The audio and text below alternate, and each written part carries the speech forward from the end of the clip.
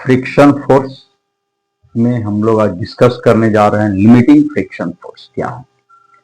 इसके previous lecture में हमने डिफाइन किया था कि फ्रिक्शन फोर्स किसी बॉडी पर कैसे अप्लाई होता है, फ्रिक्शन फोर्स क्यों जनरेट होता है और टाइप ऑफ फ्रिक्शन डिस्कस किए थे। लेकिन आज हम पढ़ने जा रहे हैं limiting friction force, law of limiting friction force. Law of limiting friction force,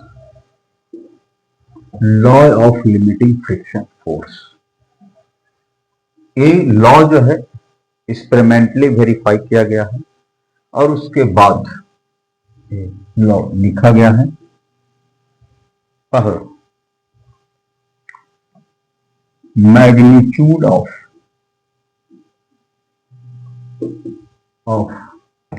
limiting friction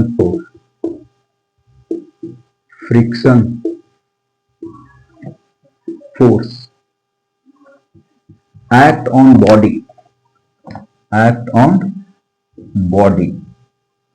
is directly proportional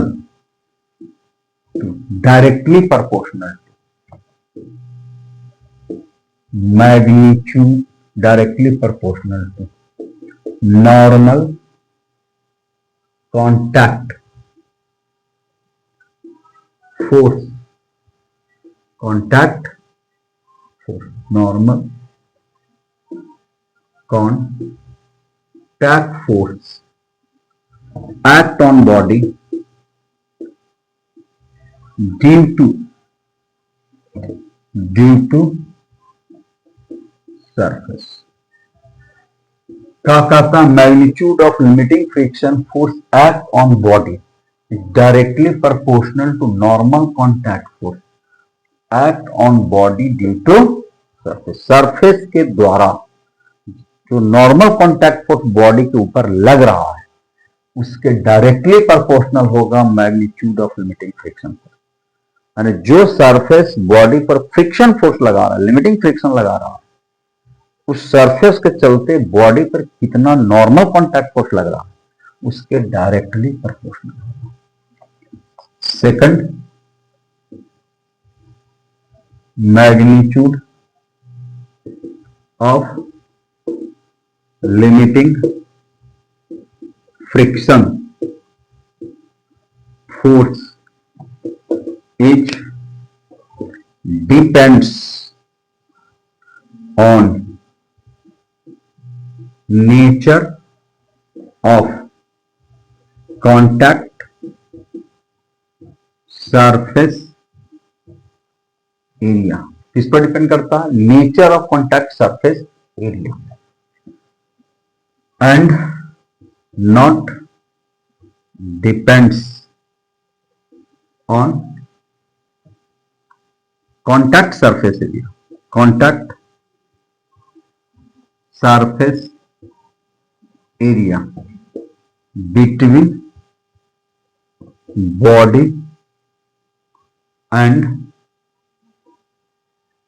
surface। तो magnitude of limiting friction force is depends on nature of contact surface area. ये nature of contact surface, body और surface के बीच का जो nature है उस पर डिपेंड करेगा, but not depends on contact surface area between body and surface। Body और सरफेस के बीच का कॉन्टैक्ट एरिया क्या है उस पर डिपेंड नहीं करेगा, उसके नेचर पर डिपेंड करेगा। उसका नेचर क्या है? जैसे अब इस दोनों लॉ को हम लोग समझते हैं फिगर से।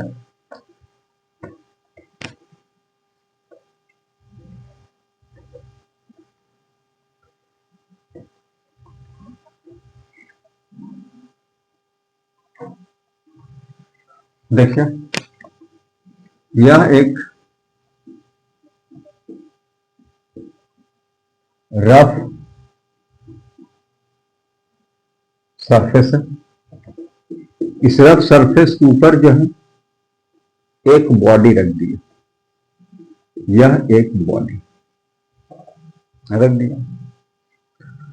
इस बॉडी पर लगने वाला फोर्स क्या क्या होगा? First gravitational force, second normal contact force. अभी पूछा जाए कि इस रफ सरफेस के द्वारा इस ब्लॉक पर लगने वाला कोई फ्रिक्शन फोर्स है, तो आपका जवाब होगा नहीं। जबकि बॉडी के मॉलिक्यूल और सरफेस के मॉलिक्यूल जो है, कुछ ना कुछ मॉलिक्यूल जो है एक दूसरे से वह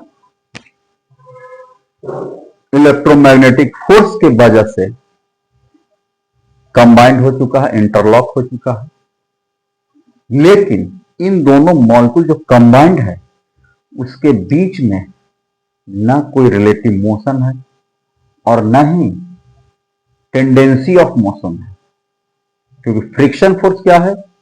oppose the tendency of motion. तो बॉडी की टेंडेंसी ऑफ मोशन को अपोज करता है। इसका मतलब मॉलिक्यूल जो स्लिप करना चाहेगा बॉडी के साथ, बॉडी का मॉलिक्यूल्स बॉडी के साथ जो स्लिप करना चाहेगा उसको क्या करेगा? सरफेस के मॉलिक्यूल उसको रेसिस्ट करेगा, रोकेगा। तो अभी जो है इस पर हम कोई फोर्स नहीं लगा रहे हैं, तो molecules are combined together but no any molecules के बीच में कोई जो है स्लिप कराने वाला, एक दूसरे से दूर ले जाने वाला कोई फोर्स तो अप्लाई हो नहीं रहा है, जिसके वजह से ये क्या होगा? अभी कोई फ्रिक्शन फोर्स नहीं लगेगा। जैसे ही आप यहां पुलिंग फोर्स लगाएंगे, पुलिंग फोर्स लगाएंगे, इस बॉडी के मॉलिक्यूल्स वह राइट डायरेक्शन में स्लिप करेगा या टेंडेंसी टू स्लिप होगा। तो टेंडेंसी टू स्लिप को अपोज करेगा या रिलेटिव मोशन को अपोज करेगा। तो अपोज करने वाला फोर्स किधर लगेगा? जो स्लिप कराने वाला फोर्स होगा उसके अपोजिट। पुलिंग फोर्स की वजह से ये मॉलिक्यूल्स जो अटैच है सरफेस से, पुलिंग फोर्स की वजह से स्लिप करना चाहेगा राइट डायरेक्शन में, तो अपोजिंग फोर्स फ्रिक्शन फोर्स लग जाएगा लेफ्ट डायरेक्शन में। अब एक लेफ्ट डायरेक्शन में फ्रिक्शन फोर्स लग रहा है, FX max, maximum static friction force लग रहा है, that friction force called a limiting friction. इस पुलिंग फोर्स के चलते, इस पुलिंग फोर्स के चलते इस बॉडी पर मैक्सिमम स्टैटिक फ्रिक्शन लग रहा है इस पुलिंग फोर्स के लिए। इसका मतलब इस पुलिंग फोर्स के लिए बॉडी के पास जो है वह स्लिपिंग टेंडेंसी जो है वह मैक्सिमम है। इससे थोड़ा भी ज्यादा फोर्स लगाएंगे बॉडी क्या कर जाएगा? स्लिप कर जाएगा। जैसे अभी ये बॉडी क्या है? रेस्ट में है, एट रेस्ट। लेकिन इस पुलिंग फोर्स के करस्पॉन्डिंग जो स्टैटिक फ्रिक्शन फोर्स लग रहा है वो मैक्सिमम वैल्यू में लग रहा है, दैट कॉल्ड लिमिटिंग फ्रिक्शन। अब यह लिमिटिंग फ्रिक्शन जो है वह नॉर्मल कॉन्टैक्ट किसकी वजह से लग रहा है? सरफेस की वजह से लग रहा है, बॉडी की। तो सरफेस बॉडी पर नॉर्मल कॉन्टैक्ट पर कितना लगा रहा है? यह सरफेस इस बॉडी पर n। तो here limiting friction directly proportional to normal contact force, क्योंकि जिस सरफेस के चलते फ्रिक्शन बॉडी पर लगता है उसी सरफेस के वजह से जो नॉर्मल कॉन्टैक्ट फोर्स लग रहा है उसके डायरेक्टली प्रोपोर्शनल होगा। तो ये लिमिटिंग फ्रिक्शन इस सरफेस के चलते इस बॉडी पर लग रहा है, तो ये सरफेस इस बॉडी पर कॉन्टैक्ट फोर्स कितना लगा रहा है? नॉर्मल, तो n। अब FL equal to mu s into mu s is a proportionality constant. This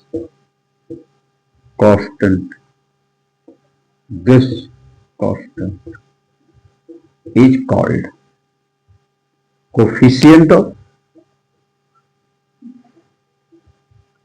of static friction. Coefficient of static friction कहा है। बस इतना ही याद रखना, coefficient of static newest value called coefficient of static friction. ये डिपेंड करता है, it is depends on nature of contact surface area. Contact surface area का नेचर, ये कॉन्टैक्ट सरफेस एरिया जो हम बन रहा है उसका नेचर क्या है। जैसे मान लिया जाए ये आपका कंक्रीट का सरफेस है, उसके ऊपर जो है वुडन ब्लॉक, लकड़ी का एक ब्लॉक रख दिए, तो वुडन ब्लॉक और कंक्रीट सरफेस के बीच का जो कॉन्टैक्ट एरिया बन रहा है उसके लिए म्यूएस का जो वैल्यू आएगा कुछ ना कुछ होगा। और लेकिन इसी ब्लॉक को रिप्लेस करके हम आयरन ब्लॉक रखते हैं तो नेचर ऑफ कॉन्टैक्ट बदल जाएगा, तो म्यूएस वैल्यू क्या कर जाएंगे, चेंज कर जाएंगे। अब इस वुडन ब्लॉक की जगह पर आइस ब्लॉक रख देंगे तो कॉन्टैक्ट नेचर क्या कर जाएगा, कंक्रीट सरफेस और बॉडी के बीच का कॉन्टैक्ट नेचर बदल जाएगा, तो म्यूएस वैल्यू क्या कर जाएगा, चेंज कर जाएगा। तो mu S value depends on the nature of contact surface area. Body को रिप्लेस करते चले जाएंगे, nature of contact surface area change करेगा, mu S value will change. Clear. तो जैसे जैसे आप नॉर्मल कॉन्टैक्ट बढ़ाएंगे वैसे वैसे लिमिटिंग फ्रिक्शन फोर्स आपका बढ़ते चला जाएगा।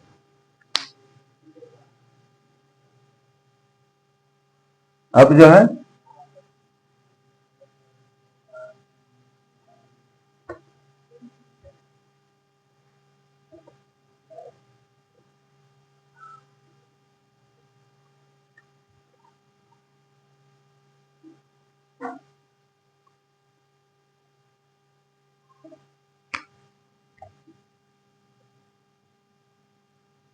Resultant contact force act on body.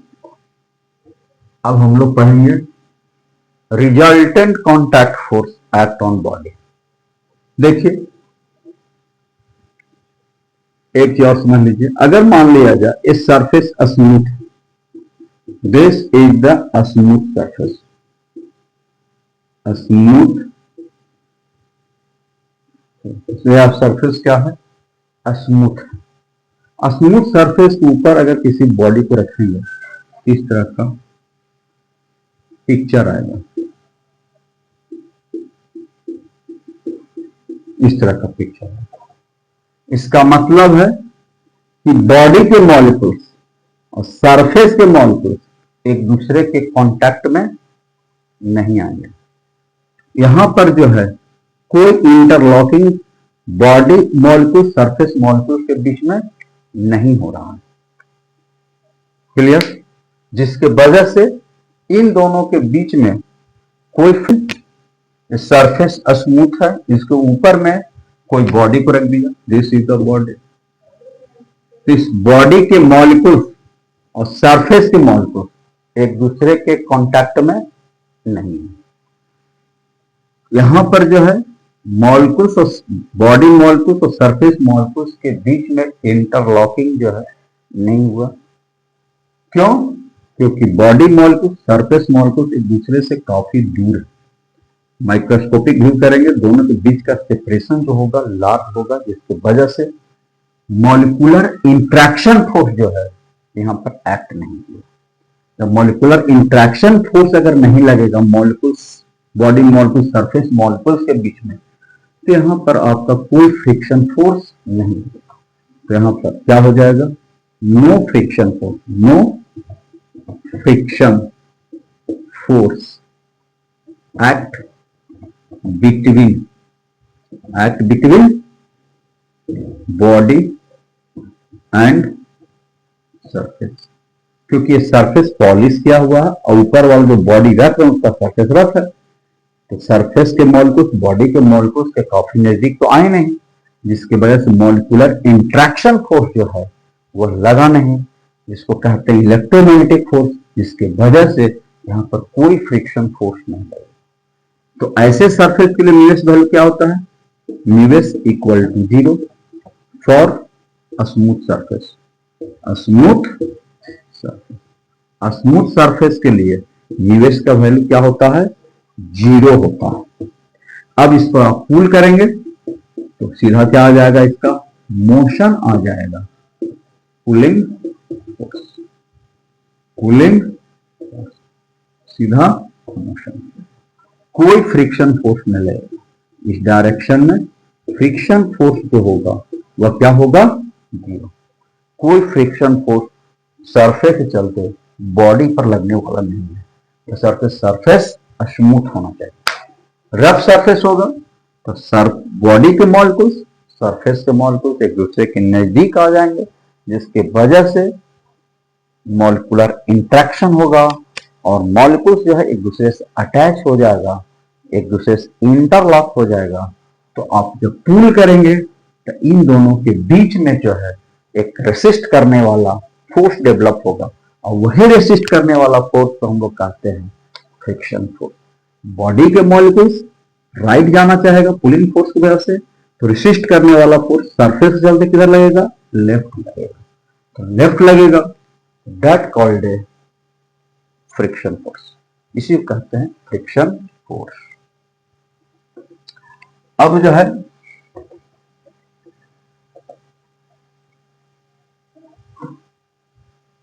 Resultant contact force act on body. इस सरफेस आपका रफ है, रफ सरफेस, इसके ऊपर एक बॉडी रख दी। पूछा जाए इस बॉडी पर मास m है तो ग्रेविटेशनल फोर्स नीचे लगेगा। दूसरा नॉर्मल कॉन्टैक्ट फोर्स ऊपर लगेगा। अब इस बॉडी पर लगने वाला पूछा जाए फ्रिक्शन फोर्स क्या होगा, जबकि सरफेस तो रफ है, लेकिन इस बॉडी के पास ना कोई स्लिपिंग टेंडेंसी है और ना कोई रिलेटिव मोशन है। इस पर बॉडी पर अभी लगने वाला फ्रिक्शन फोर्स क्या होगा? क्योंकि body molecule surface molecules are interlock, या कह सकते हैं combined by action of molecular interaction force, but no in body molecules particle molecules. Body molecules और सरफेस मॉलिक्यूल्स के बीच में कोई जो है न रिलेटिव मोशन हो रहा है और न ही टेंडेंसी ऑफ मोशन है। तो अपोज करने वाला, रेसिस्ट करने वाला तो कोई फोर्स है नहीं, और रेसिस्ट करने वाला जब कोई फोर्स नहीं रहेगा तो फ्रिक्शन फोर्स हम करेंगे 0।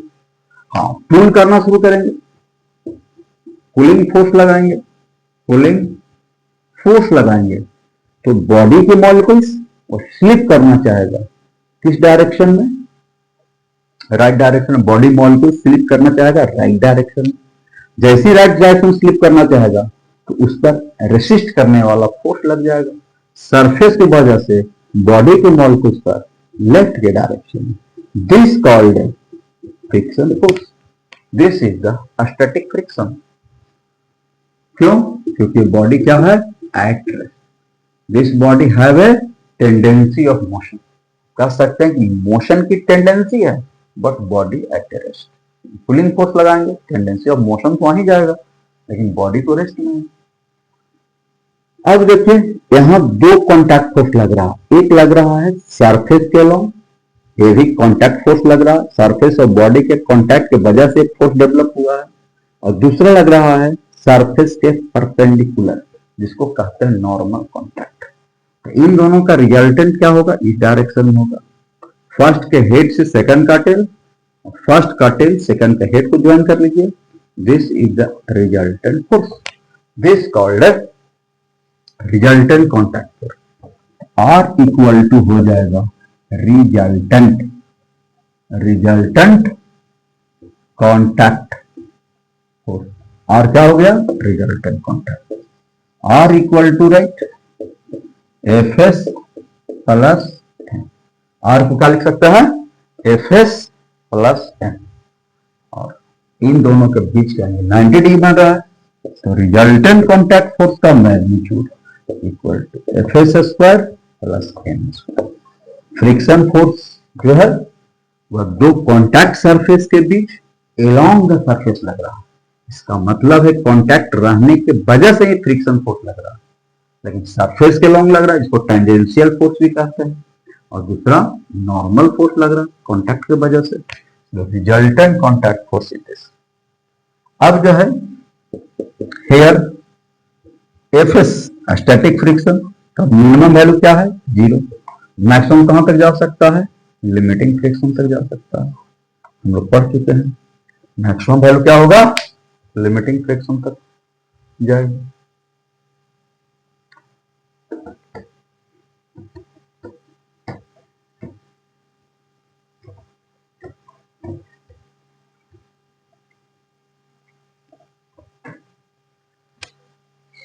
अब क्या लिखेंगे? At F S equal to 0, अगर हम स्टैटिक फ्रिक्शन का मिनिमम वैल्यू लें तो मिनिमम वैल्यू क्या है? 0। तो रिजल्टेंट कॉन्टैक्ट फोर्स मिनिमम हो जाएगा root under 0 square plus N square. Resultant contact force का मिनिमम वैल्यू क्या होता है? नॉर्मल कॉन्टैक्ट फोर्स के इक्वल होता है। अब जो है again F S max, F S equal to F L कर दीजिए सीधा। F S equal to F L, अगर F S value F L के बराबर होगी, इसका मतलब है कि this is the maximum limiting friction force, या मैक्सिमम स्टैटिक फ्रिक्शन फोर्स यहां रख देंगे, तो रिजल्टेंट ही क्या हो जाएगा? मैक्सिमम हो जाएगा, R max, right. Root under F L square plus क्या लिख देंगे? N square. तो resultant contact force maximum value, right, mu S into N whole square plus N square. तो रिजल्टेंट कॉन्टैक्ट फोर्स का maximum value N root under mu S square plus, तो हम कह सकते हैं कि resultant contact force lies between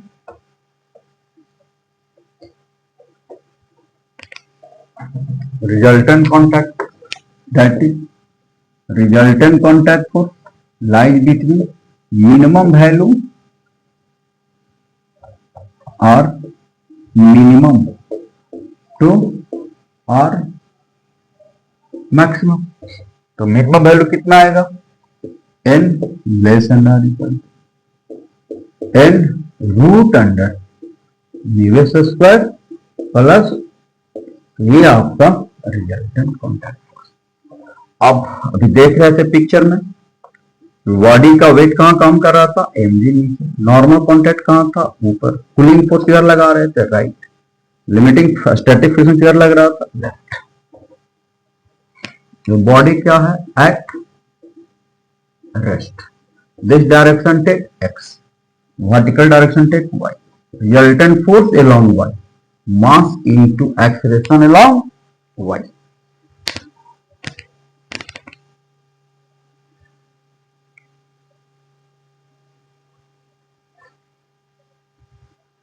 तो अब हम क्या लिख सकते हैं?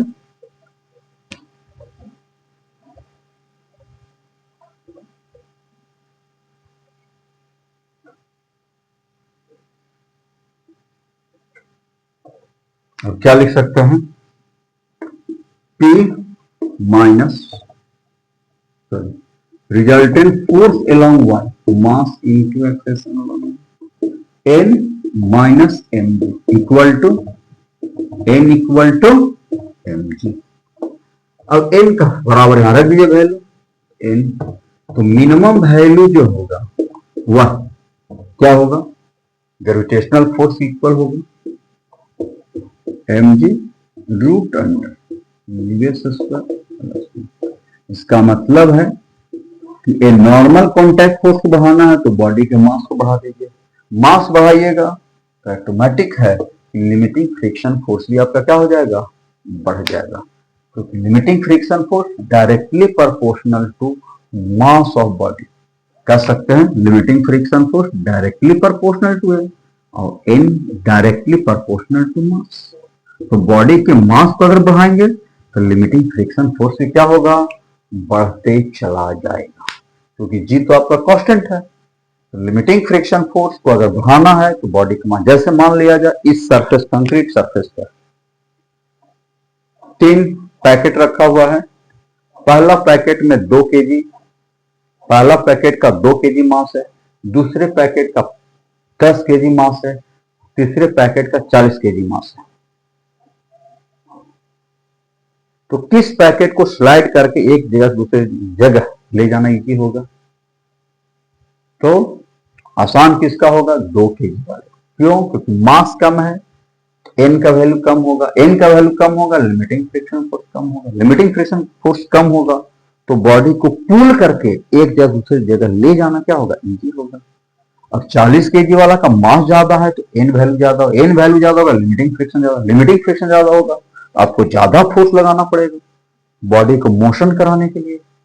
इसका मतलब है फ्रिक्शन फोर्स क्या है, oppose the motion of the body. Body का मोशन क्या कर रहा है, स्लिपिंग टेंडेंसी, या कर सकते हैं रिलेटिव मोशन को क्या करता है, अपोज करता है, अपोज करने वाला फोर्स। तो आपका ये फोर्स अगर ज्यादा लगेगा तो आपको ज्यादा फोर्स लगाना पड़ेगा, क्योंकि आपके मोशन क्या कर रहा है, अपोज कर रहा है।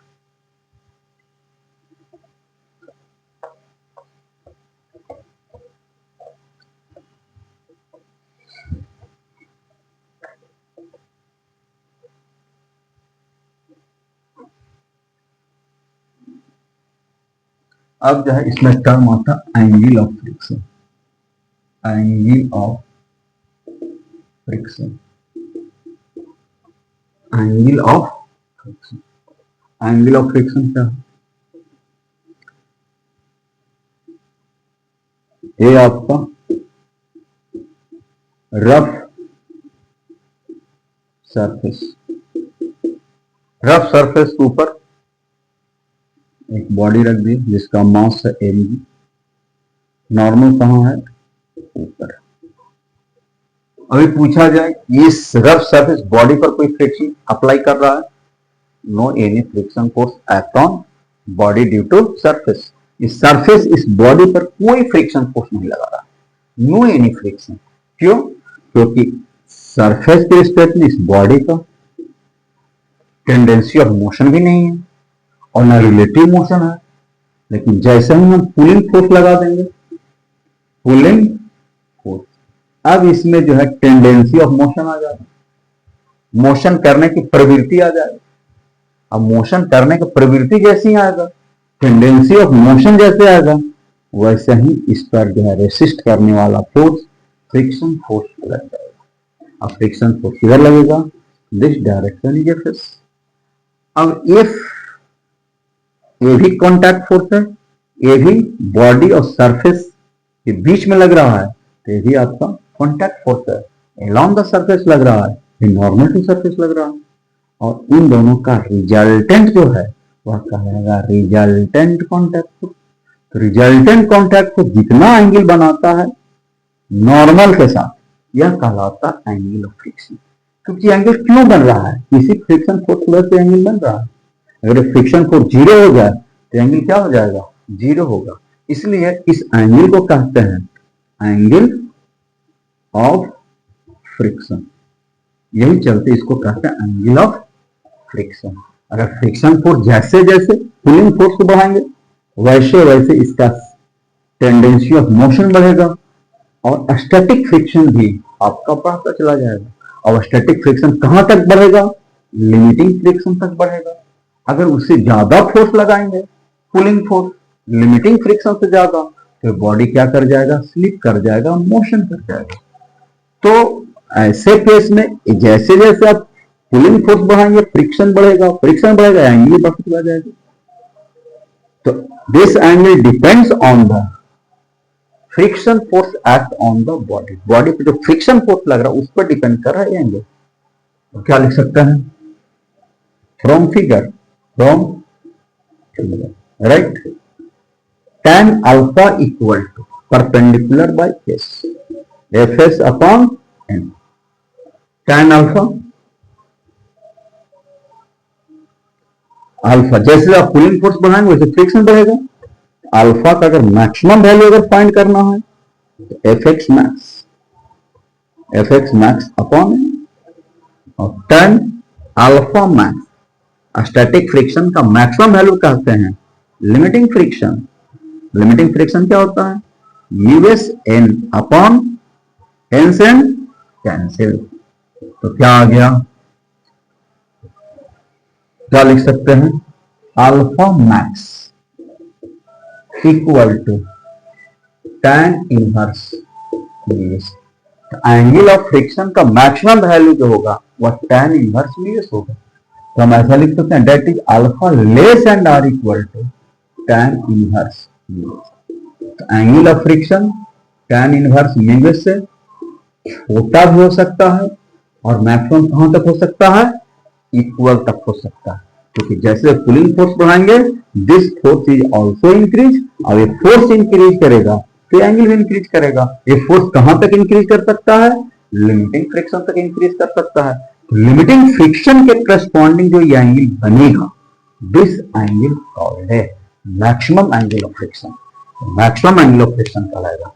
और जैसे ही पुलिंग फोर्स अगर जीरो कर देते हैं तो फ्रिक्शन फोर्स भी जीरो हो जाएगा और एंगल ऑफ कॉन्टैक्ट जो होगा वह भी जीरो हो जाएगा। इसलिए इसको कहते हैं एंगल ऑफ फ्रिक्शन, क्योंकि फ्रिक्शन के वजह से फोर्स ये एंगल का फॉर्मेशन हो रहा है। तो एंगल ऑफ फ्रिक्शन क्या हो जाएगा? जीरो, जब एक फ्रिक्शन फोर्स लगना बंद हो जाएगा। Friction force increase, angle of friction is also increase.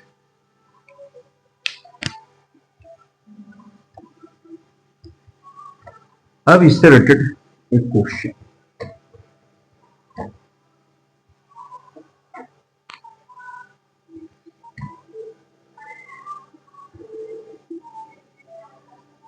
a surface, rough surface, pulling force 4 Newton, mass equal to 2 kg, surface rough है, US equal to 0.3। पूछता है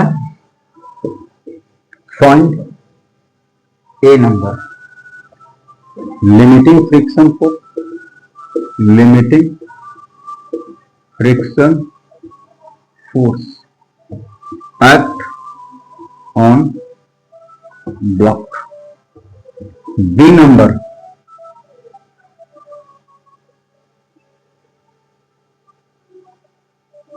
static friction force act on block. Static friction force कितना होगा? C number resultant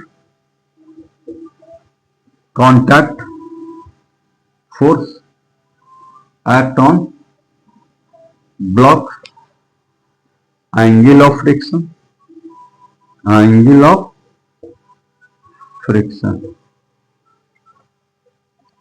E number range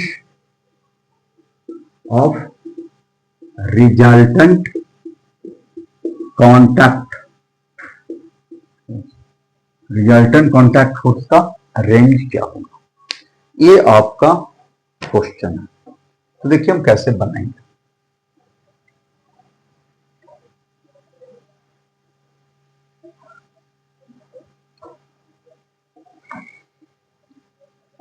तो सबसे पहले इस body पर लगने वाला फोर्स दिखा लीजिए। कौन कौन सा फोर्स लगेगा? फर्स्ट ग्रेविटेशनल, मास कितना है? 2 kg।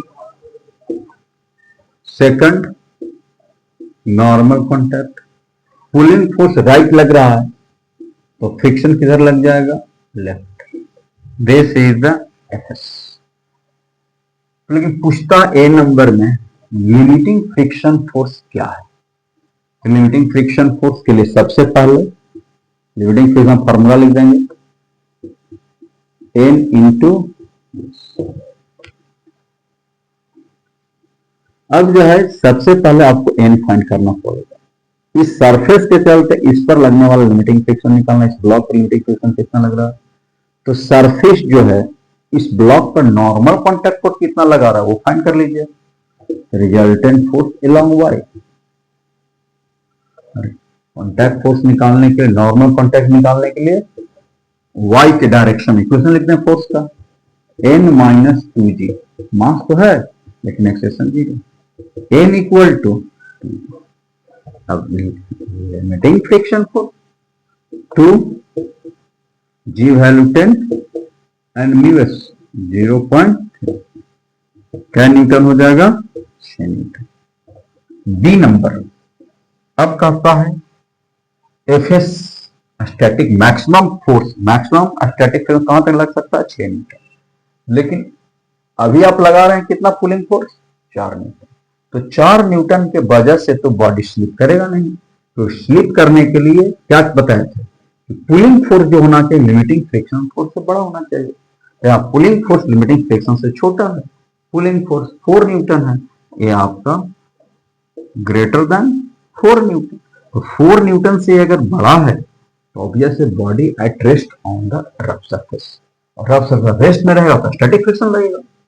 Right equation, resultant force along X mass into acceleration along X, तो क्या लिखेंगे, P minus F S, mass तो है लेकिन एक्सेशन 0 क्योंकि बॉडी रेस्ट में है, मोशन में के लिए क्या चाहिए था, pulling force greater than limiting friction force, तो यहाँ पुलिंग फोर्स क्या है, छोटा है, लिमिटिंग फ्रिक्शन फोर्स बड़ा है, इसका मतलब है that is block at rest, कह सकते हैं ब्लॉक क्या रहेगा, रेस्ट में रहेगा, तो यहाँ स्टैटिक फ्रिक्शन लगेगा, तो P का value 4 minus S, static friction कितना लग जाएगा, 4 न्यूटन, माइनस स्टैटिक फ्रिक्शन आपको 4 न्यूटन, और मैक्सिमम फ्रिक्शन फोर्स कितना लग सकता है, 6 न्यूटन तक लग सकता है।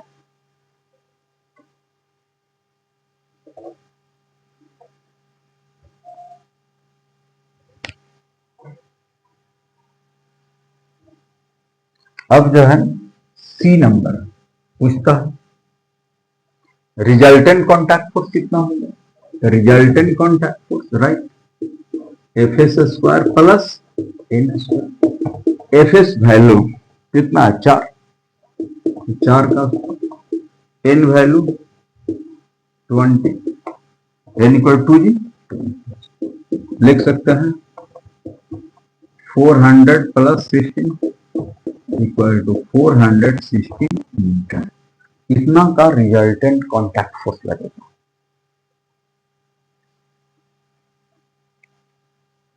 अब कहता है angle of friction, angle of friction कितना लग जाएंगे, एंगल ऑफ फ्रिक्शन तो tan अल्फा इक्वल टू, देखिए एंगल ऑफ फ्रिक्शन क्या हो जाएगा, इससे आप इसको मिला दीजिए, तो ए आपका n लग रहा था, तो ए फ्रिक्शन फोर्स जो है, और ये हो गया रिजल्टेंट कॉन्टैक्ट फोर्स, ये हो गया नॉर्मल कॉन्टैक्ट फोर्स, ये आपका हो गया friction force F S, this is the resultant contact force, तो ये जो एंगल बन रहा है that angle called angle of friction, तो tan alpha perpendicular by this F S by alpha equal to tan inverse F S, F S value कितना निकाल चुका था 4, और this value is the 20, alpha equal to tan inverse 0.4 25 0.2, इतना Newton का जो है आप, इतना रेडियन का जो है आपका एंगल ऑफ फ्रिक्शन होगा। अब जो है नेक्स्ट कहता है रेंज क्या होगा,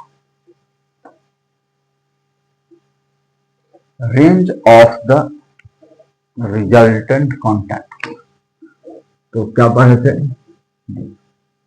range of the resultant contact force, resultant contact force का मिनिमम वैल्यू 0 हो सकता है, पुलिंग फोर्स लगाना बंद कर दीजिए और मैक्सिमम कहां तक जाएगा, लिमिटिंग तक जाएगा, आर मैक्स।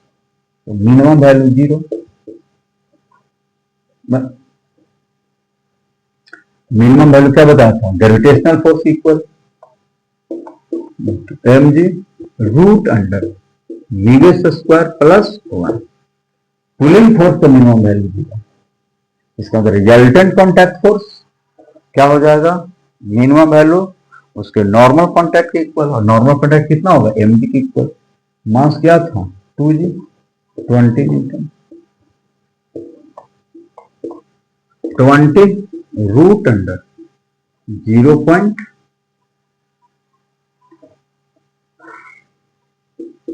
का स्क्वायर, तो क्या आ जाएगा 20 न्यूटन 20 रूट अंडर 1.0। ये आपका रेंज आ जाएगा, range of the resultant contact force. Minimum value mg के इक्वल और मैक्सिमम कहां तक लगेगा आपका mg into root under mu S square plus 1 आप पढ़ चुके हैं। तो इस तरह से हम लोग समझ सकते हैं लिमिटिंग फ्रिक्शन है क्या और उससे रिलेटेड क्वेश्चन। अब इस तरह का कंसेप्ट को समझना है, पढ़ना है, जानना है, तो इस वीडियो लेक्चर को शुरू से लास्ट तक देखिए। अच्छा लगता है तो लाइक और सब्सक्राइब करना ना भूले, शेयर करना ना भूले। यही आपका प्यार और सम्मान हमें हौसला देता है।